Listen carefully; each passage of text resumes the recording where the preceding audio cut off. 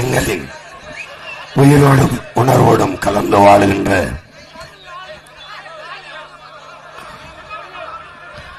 அன்பு சொந்தங்கள் அனைவருக்கும் வணக்கம்.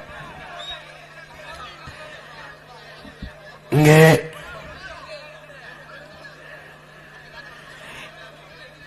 நீண்ட காலமாக நம் நாட்டில் இருக்கிற ஏமாற்று அரசியலை வீழ்த்தி ஒரு மாற்று அரசியலை உருவாக்க வேண்டும் என்ற மகத்தான கனவோடு உங்கள் பிள்ளைகள் 15 ஆண்டுகளாக தொடர்ந்து இந்த நிலத்திலே பயணித்து வருகிறோம். இங்கே மாற்றம் என்பது ஒரு சொல் அல்ல, செயல். மாற்று என்றால் எதிலிருந்து மாற்று? எப்படிப்பட்ட மாற்று? திமுகவுக்கு மாற்று அதிமுக அல்ல, அதிமுகவுக்கு மாற்று திமுக அல்ல. உங்களுக்கே தெரியும், நேற்று வரை அதிமுகவில் இருந்து சட்டமன்ற உறுப்பினராகி அமைச்சராக இருந்தவர்கள் இன்று திமுகவுக்கு வருகிறார்கள். திமுகவில் இந்த முறை 11 அமைச்சர்கள் முன்னாள் அதிமுக அமைச்சர்கள். ரெண்டும் வெவ்வேறு கட்சி என்று நாம் எண்ணுவது போல ஒரு ஏமாற்று எதுவும் இல்லை. ரெண்டும் ஒரே கட்சி தான், ஒரே கோட்பாடு, ஒரே கொள்கை தான். அதிமுக வந்தாலும் டாஸ்மார்க் இருக்கும், திமுக வந்தாலும் இருக்கும். இவர்கள் வந்தாலும் ஊழல் லஞ்சம் இருக்கும், இவர்கள் வந்தாலும் ஊழல் லஞ்சம் இருக்கும். இவர்கள் வந்தாலும் மலையை வெட்டி குவாரி மணல் என்று விற்பார்கள், இவர்கள் வந்தாலும் ஆத்து மணல் அள்ளி விற்பார்கள். இவர்கள் வந்தாலும் காவிரி நதிநீர் உரிமை தரப்படாது, பெறப்படாது. இவர்கள் வந்தாலும் இருக்காது. இவர்கள் வந்தாலும் ஓட்டுக்கு காசு தருவார்கள், இவர்கள் வந்தாலும் இலவச அறிவிப்புகள், இவர்கள் வந்தாலும் இலவச அறிவிப்புகள். என்ன மாற்றத்தை கண்டோம்? 60 ஆண்டுகளாக மாறி மாறி இந்த கட்சிகள் தான் ஆட்சி செய்திருக்கிறது. என் அன்பு சொந்தங்களிடத்திலே, என் அருமை உடன்பிறந்தாரிடத்திலே உங்கள் மகன் கேட்கிறேன். மிக சின்ன சின்ன நாடுகள் ஒரு சில வளங்களை மட்டும் வைத்துக் கொண்டு, குறிப்பாக சிங்கப்பூர், இதே ஒருத்த நாடிலே சிங்கப்பூர்ல வேலை செய்கிற எத்தனையோ தம்பிகள் இருக்கிறார்கள். கடல் மட்டும் தான் இருக்கிறது அந்த நாட்டில், கடல், வேற எதுவுமே கிடையாது, நிலம் கிடையாது, ஒண்ணும் கிடையாது. அதை மட்டும் வைத்துக் கொண்டு ஒன்னும் என்ன பேசணும் இல்லை, நீங்க யாராவது பேசணும். புரியுதா? புரியுதா?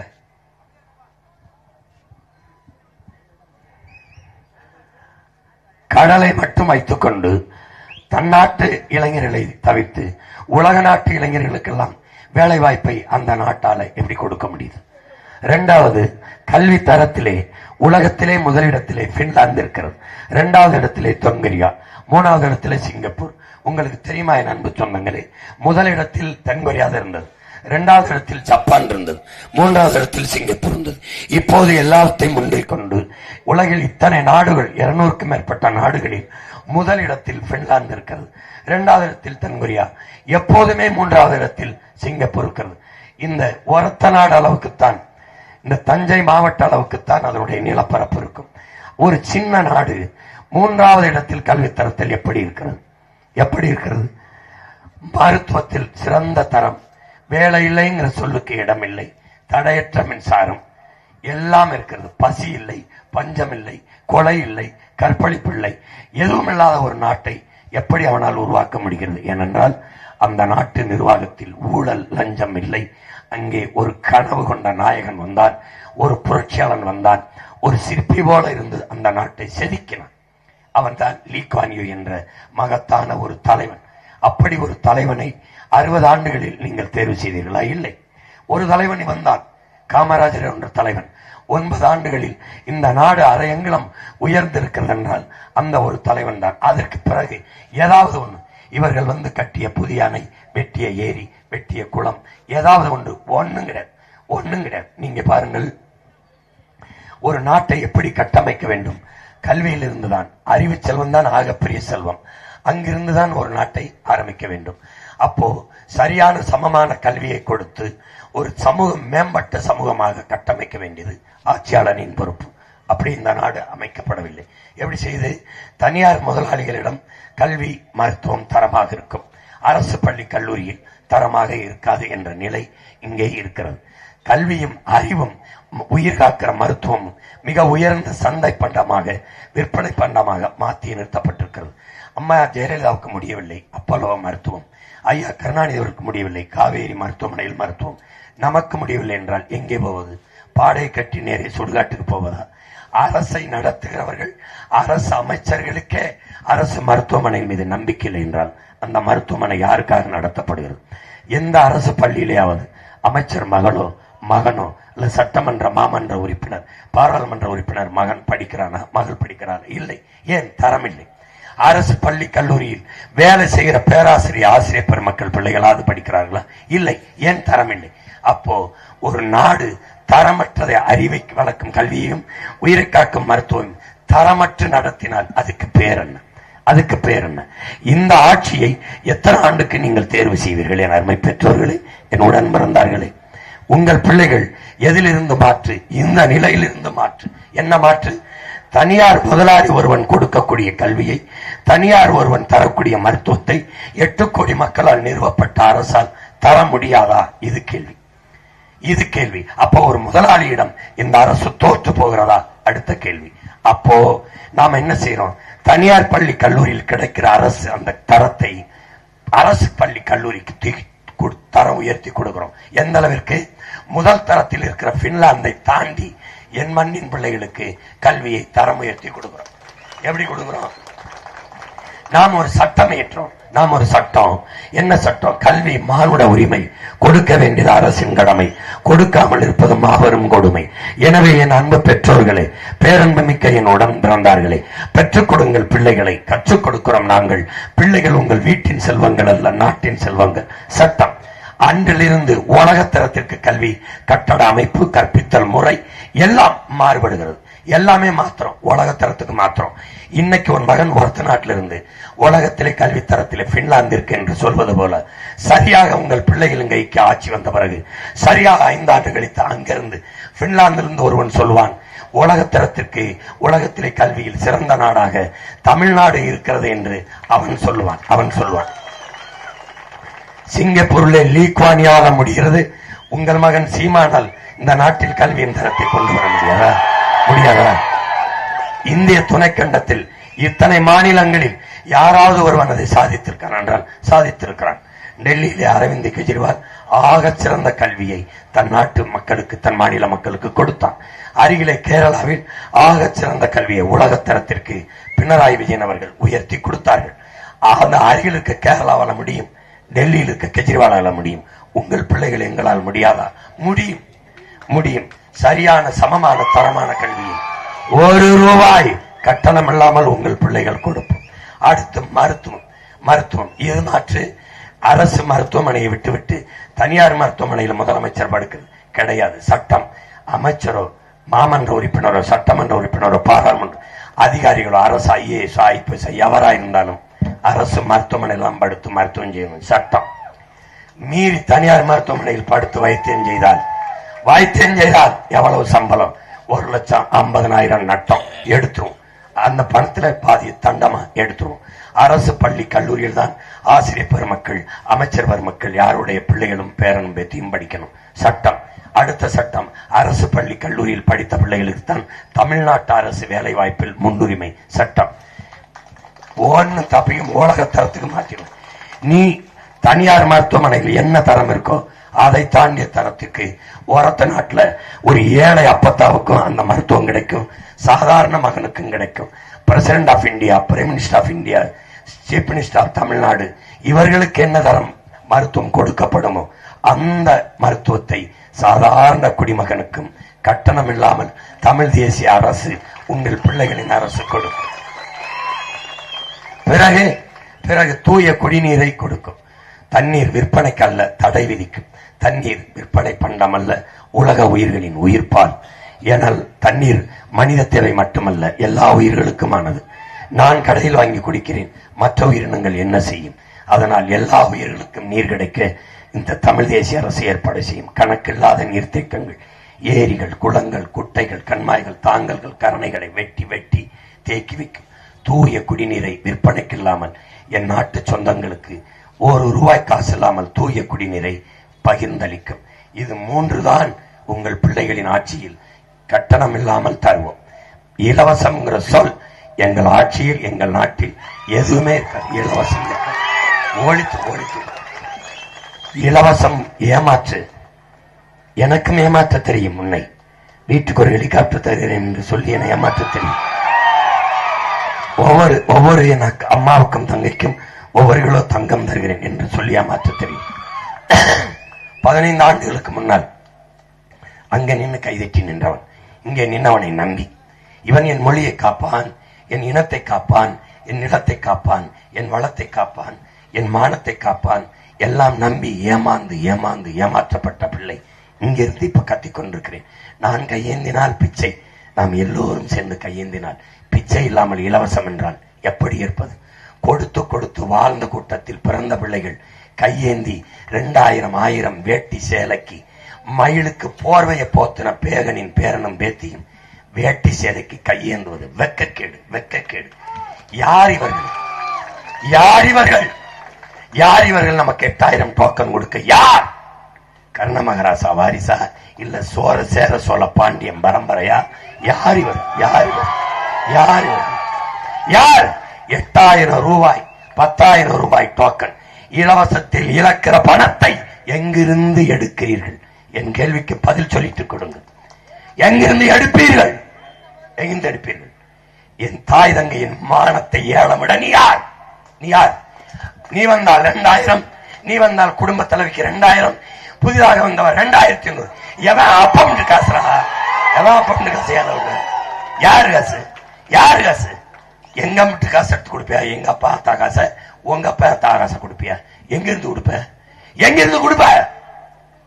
தாலிக்கு தங்கம் தாரே, மோதிரம் தாரே, தங்கம் எல்லாம் தரமாட்டேன், தரமாட்டேன்.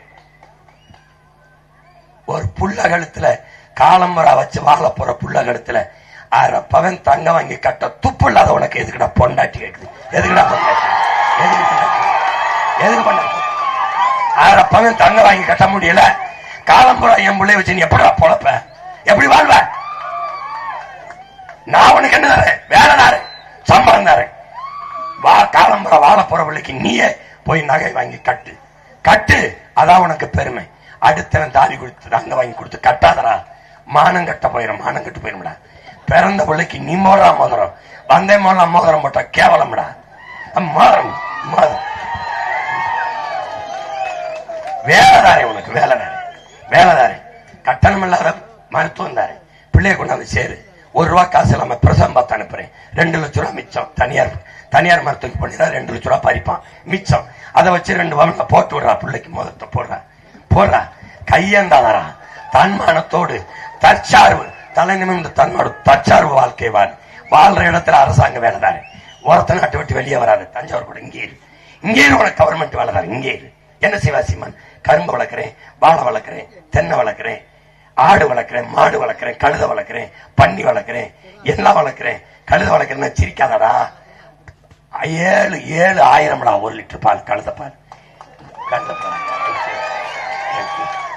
படிக்கிறீல, செல்போன் தான் வச்சிருக்கல, அப்படி தண்டத்துக்கு நோண்டி பொழுத போக்குறிய, உருப்படியா நோண்டி பாரு. டாங்கி மில்க் கவுமச்சு போடு. சில 7,000 5,000, 5,000 7,000. உலகத்துல காஸ்ட்லி சீஸ் கழுதப்பால தயாரிக்கிறது. எனக்கு என்ன கழுத வளர்க்கறது கஷ்டமா? ஓ நாடு பாரதிய ஜனதாவின் ஆட்சி, ஐயா மோடியின் ஆட்சி, கழுத வளர்க்கறதுக்கு 50 லட்சம் மானியம் தரங்குறான். இதெல்லாம் பார்க்கறியா இல்லையா? வைத்துக்காரன்.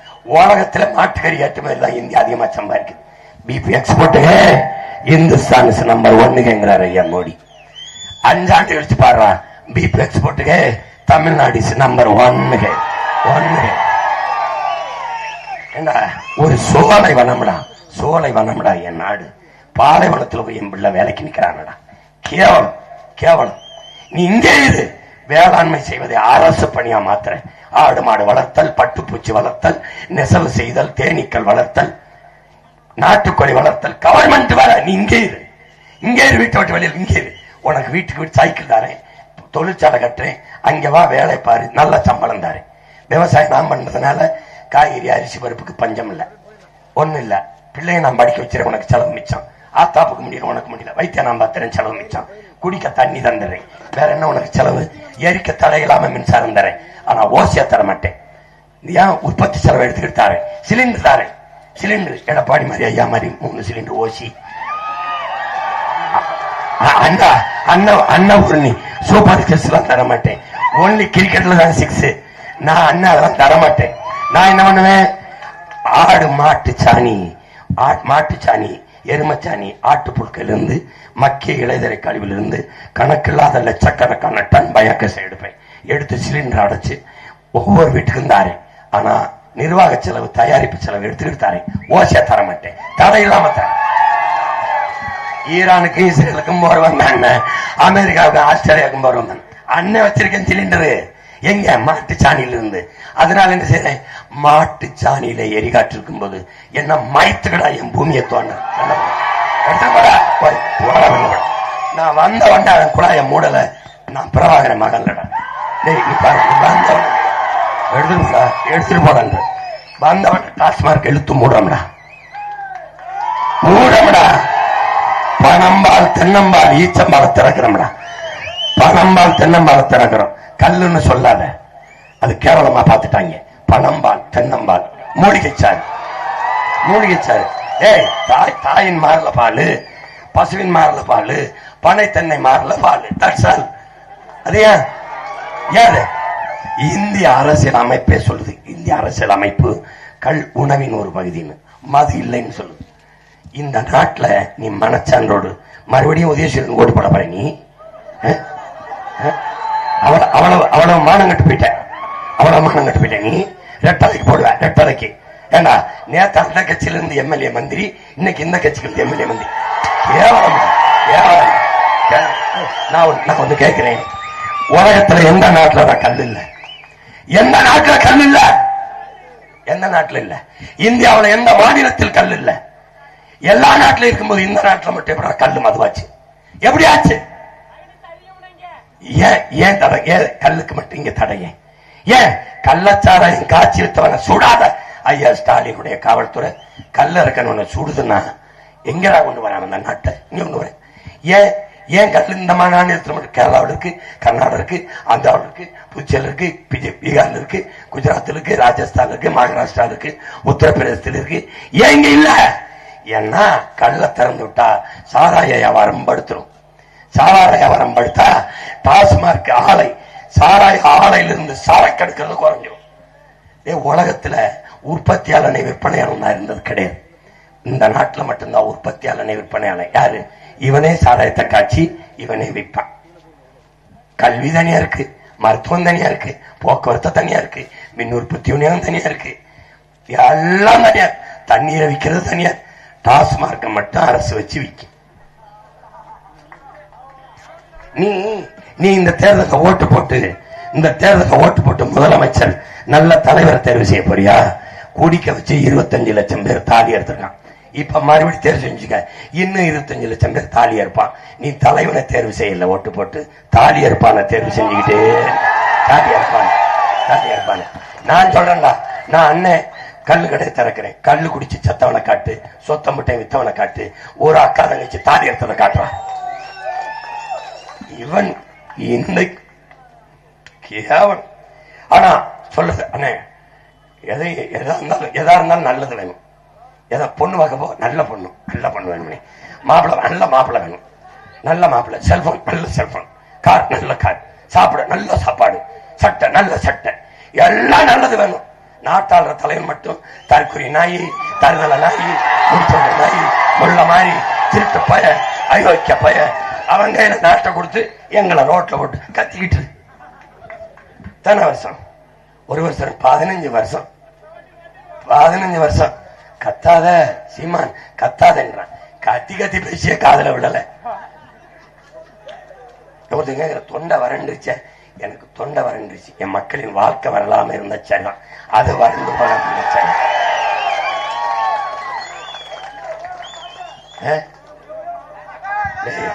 ஒரு கொடுமைடா அவங்க குடும்பம். இதுல என்னை பாட்டு பாட நம்பர் அறிவு சமூகமே அப்ப நம்மார் உலகத்துக்கு அறிவை கடன் கொடுத்த இனம்ங்கிறப்பல, கடன் கொடுத்தவன் நீ. உலகத்துக்கு வேளாண்மை எப்படி செய்வது கற்றுக் கொடுத்த இனம் நீ. நாகரிகம் ஓடுற நீரை தடுத்து பாசனத்திற்கு பயன்படுத்தி விடும்னு உலகத்தை சொல்லி கொடுத்தவன் நம்ம பாட்டை கரிகால் பெருவள சோழன். அவனுடைய பேரனும் பேத்தி கொஞ்சம் மானத்தோட வாழு. இலவசம் கொடுத்தவன், ஓட்டுக்கு காசு கொடுத்தவனே வாங்கு, போடாத போடாத. நான் ஒண்ணு சொல்றேன், திருட ஏறி நான் போட்டு காட்டினேன், நீ பாரு. திருட ஏறி வீட்டுக்குள்ள குதிக்கிறான், நாய் பார்த்துக்கிட்டே இருக்கு. ரொம்ப துணித்தலை போறானே, வீட்டுக்காரருக்கு சொந்தக்காரர் பணம் கடிக்கல கொலைக்கல, மறுபடியும் விறுவிறுன்னு போறாப்ல, கூடவே போகுது. ரொம்ப உரிமையா போறாப்ல, சொந்தக்காரனா தான் இருக்கும். போயிட்டு அந்த ஐயோக்க போய் திரும்பி பாக்குறேன். ஒரு திருட போகும்போது டக்குன்னு கத்தி விட்டுச்சு, என்ன பண்றதுன்னு கையில இருந்த எலும்பு துண்டை தூக்கி போடுறான் இடுப்புல இருந்தத. அயோக்கிய பையன் வீட்டுக்கு சொந்தக்காரல திருட வரான்ட்டு டப்புன்னு கடிச்சு அவன் எலும்பு துண்டை போடுறான். இவன் 8000 டோக்கன், அவன் 10,000 டோக்கன். இவன்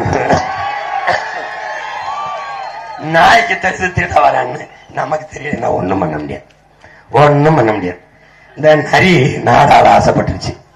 எல்லா ஆட்டையும் கூட்டி வச்சு எனக்கு ஓட்டு போட்டு அமைச்சராக்கிட்டீங்கன்னா உங்களுக்கு எல்லாம் ஒரு போர்வை தாரேன், குளிர்காலத்துல நடுங்காம இருக்கு. சரி சரின்னு ஓட்ட போட்டு முதலமைச்சர் ஆக்கிருச்சு. நரி எல்லா ஆட்டையும் விட்டு தோலை உரின்னு உரிக்குது. என்ன நீ எங்க தோலை உரிக்கிற? அதுல தானே துப்பட்டி செய்யணும், அதுல தானே கம்பெனி செய்யணும், அதுல தானே போதும். என்னடா பெரிய ஆடு தப்பிச்சு ஓடுது. நரி போர்வை செய்ய ஆட்டு தோலை உரின்னு உரிக்குது. இவன் சொன்ன இலவசத்தை கொடுக்க நம்மள வரின்னு நம்ம ஆத்தால பண்ண உரிப்பான். கொஞ்சம் எச்சரிக்கையா இருந்து பொழைச்சுக்க, கொஞ்சம் அறிவு கொண்டு சிந்திச்சு பொழைச்சுக்க. நான் ஏன் உன்னை ஏமாத்த நினைக்கல, எங்களு உன் வாக்கு எனக்கு முக்கியம் இல்ல, உன் வாழ்க்கை தான் எனக்கு முக்கியம். என்ற காசு இல்ல, அதனால நான் ஓட்டு காசு கொடுக்கல நினைக்காத. இருந்தாலும் தர மாட்டேன், இருந்தாலும் தர மாட்டேன். ஏன்னு நான் மாண்புமிக்க ஜனநாயகத்தை மதிக்கிறவன்.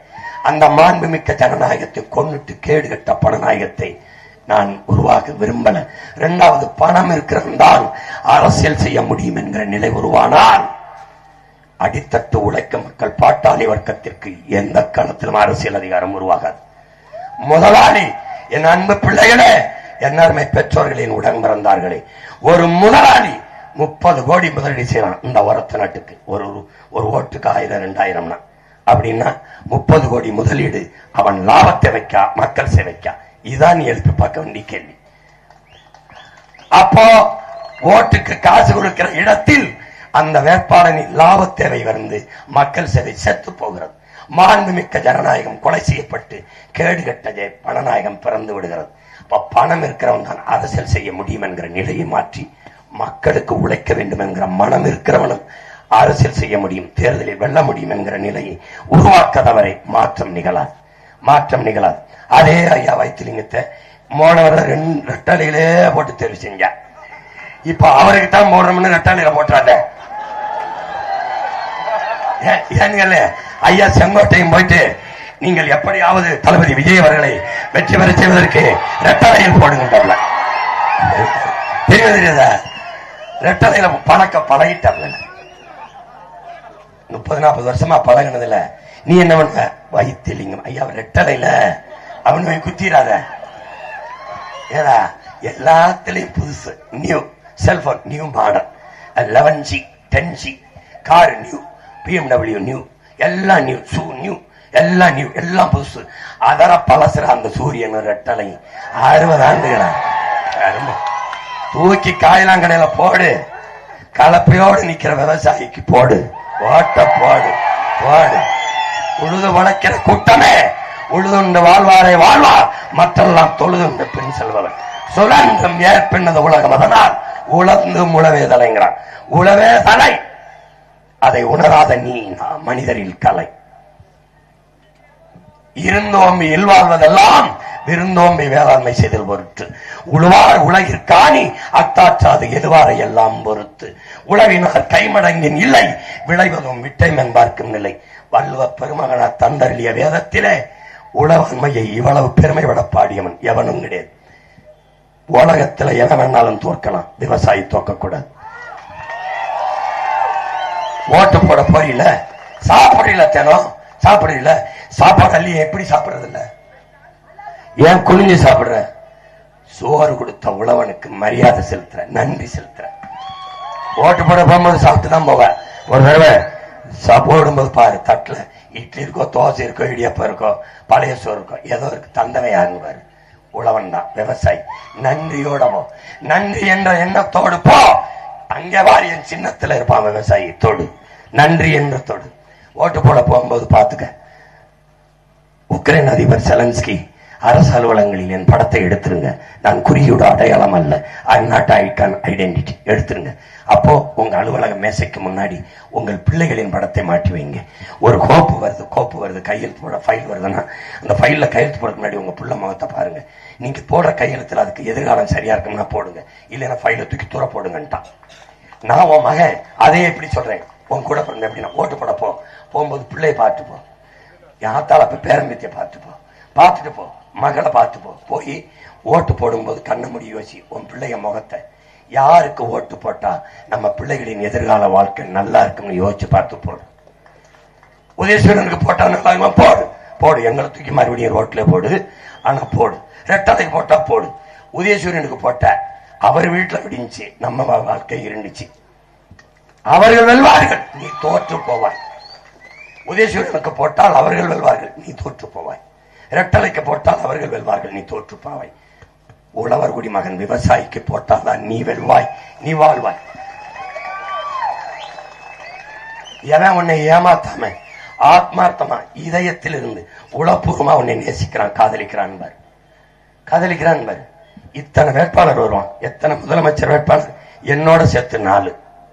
ஒருத்தரையாவது உன் பிரச்சனைய தன் மனசிலிருந்து பேசிட சொல்லு, நான் என் தம்பியும் போயிடுவோம்.